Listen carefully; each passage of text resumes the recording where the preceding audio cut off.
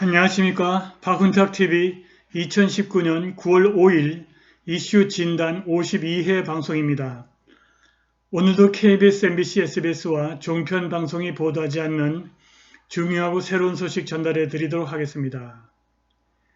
미중 무역전쟁이 2020년 11월 대선에서 트럼프가 재선할 때까지 이어질 전망이고 그 이후에는 트럼프가 중국 경제를 붕괴시킬 것 같습니다.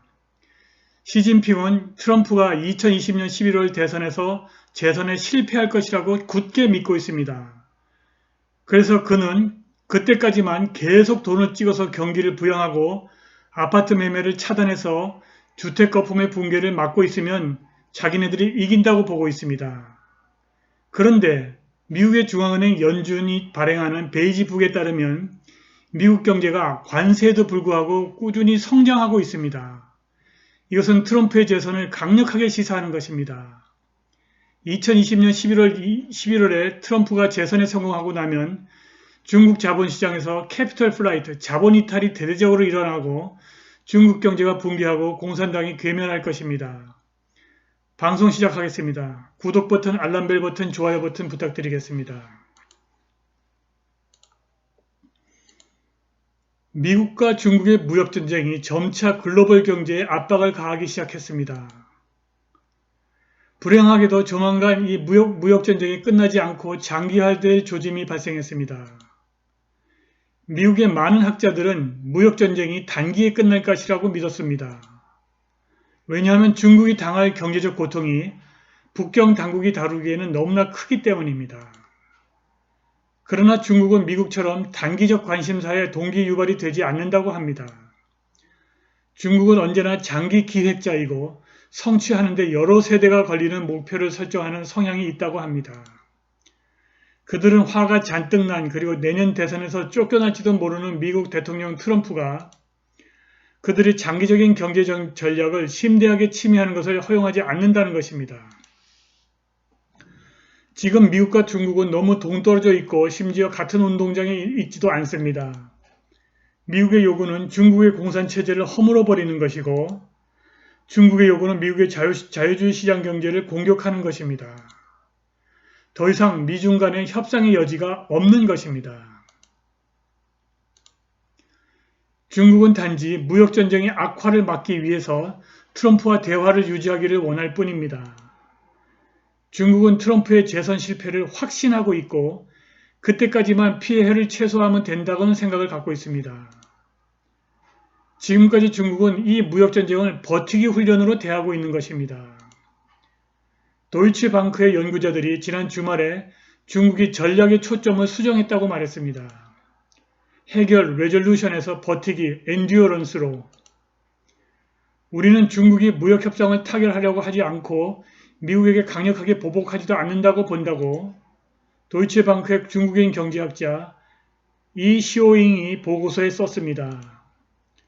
그는 또 오히려 중국은 무역전쟁은 주어진 사실로 내면화하는 것으로 보이고 그리고 올라가는 관세에 맞서서 중국 경제의 회복력, 리질리언스를 유지하려는 것 같다고 썼습니다.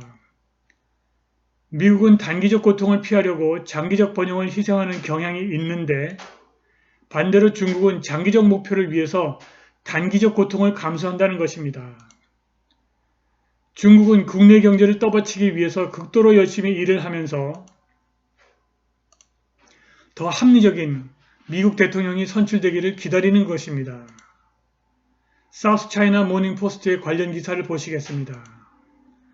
지난 일요일 이 신문은 북경 정부의 금융안정 및 발전위원회를 인용하면서 중국은 충분한 유동성과 합리적인 신용 증가를 보장하기 위해서 경기 사이클을 억제하는 거시경제적 조치를 향상시킬 것입니다. 라는 보도를 냈습니다. 이 기사는 미국과 무역전쟁을 언급하지는 않았으나 구체적인 정책 방향을 알렸습니다. 지방정부가 특별 채권을 팔아서 유동성을 확보하도록 도와주고 중앙정부의 투자 계획에 자금을 지원하겠다는 것입니다. 그리고 지방정부에게는 투자 잠재력을 완전하게 사용하라고 독려를 했습니다. 뿐만 아니라 북경 당국은 아파트 매매를 최대한 억제하고 있습니다. 전국에 산지한 사람들이 살지도 않는 50여 개의 유령 도시에서 아파트 매물이 쏟아져 나와 부동산 시장이 붕괴하는 것을 막고 있는 것입니다.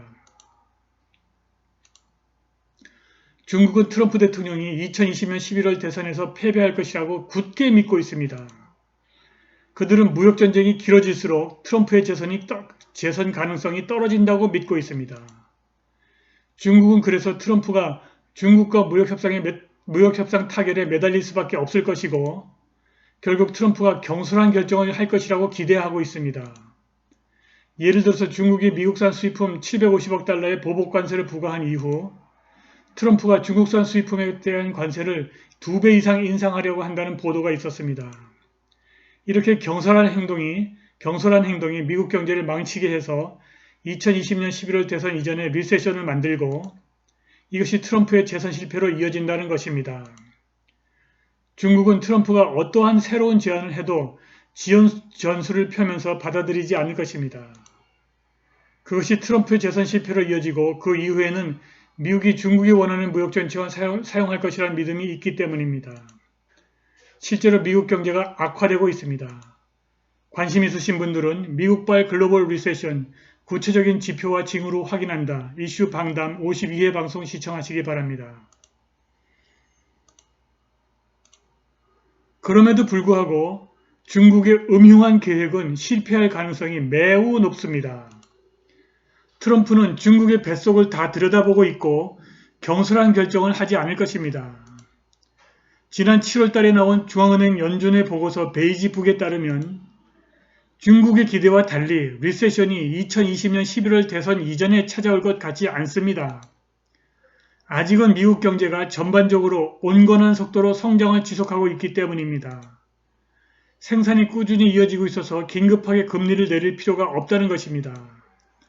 각 지역 연준이 중국의 기대와 달리 급속한 경제 축소라고 하는 암울한 그림을 그리지 않았습니다. 8월 말까지 경제가 온건한 속도로 성장을 했다고 합니다. 언젠가는 결국 금리를 긴급하게 0.25% 또는 0.5%포인트 내려야 할 상황이 오겠지만 지금 그리고 예측할 수 있는 미래에는 아니라는 것입니다.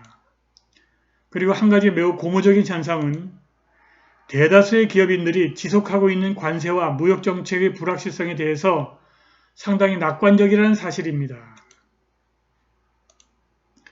베이지북은 일부 지역에서 소비자 지출이 혼조세에 있고 자동차 판매 증가 속도가 느리지만 다양한 지표들이 견고하고 안정적이고 그리고 느리지만 성장하는 경제를 보여주고 있다고 전합니다.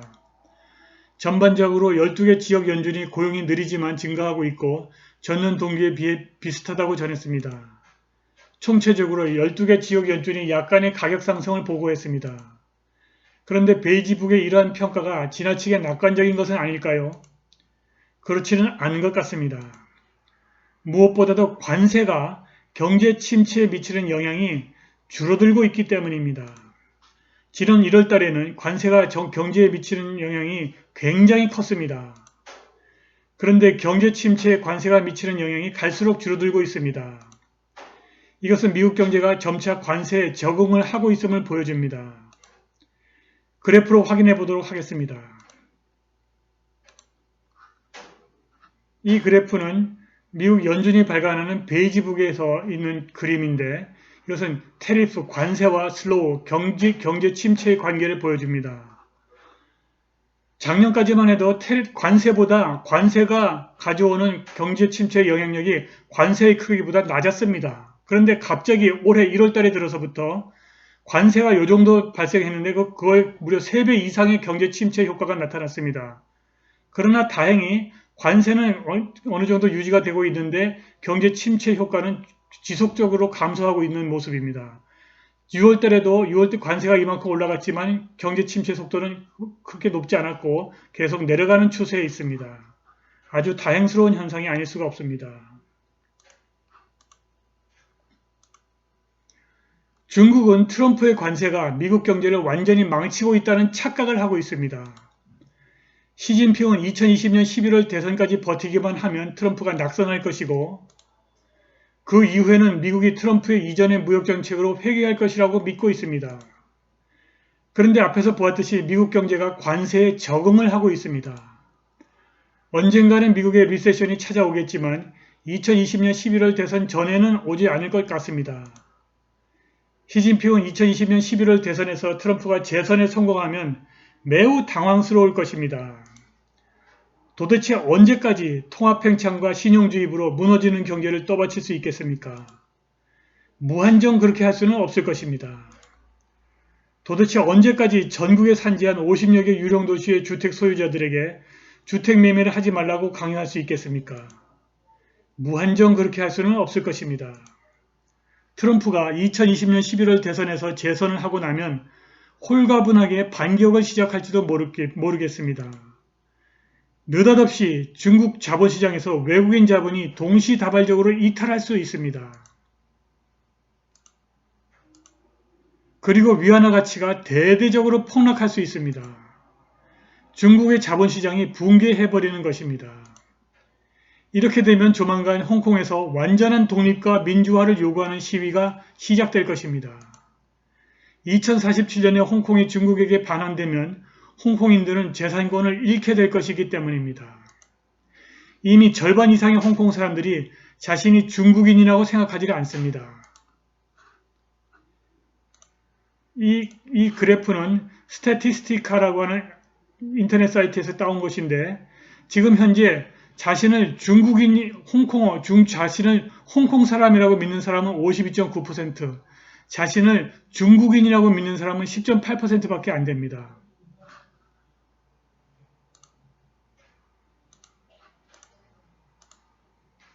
자본시장이 붕괴한 중국의 공산당 정부는 절체절명의 위기에 처할 것입니다. 홍콩이 자주독립국을 선언해도 속수무책일 것입니다. 미국과 동맹국의 연합군이 중국의 광동성에 진입하지 않는다는 보장이 없습니다.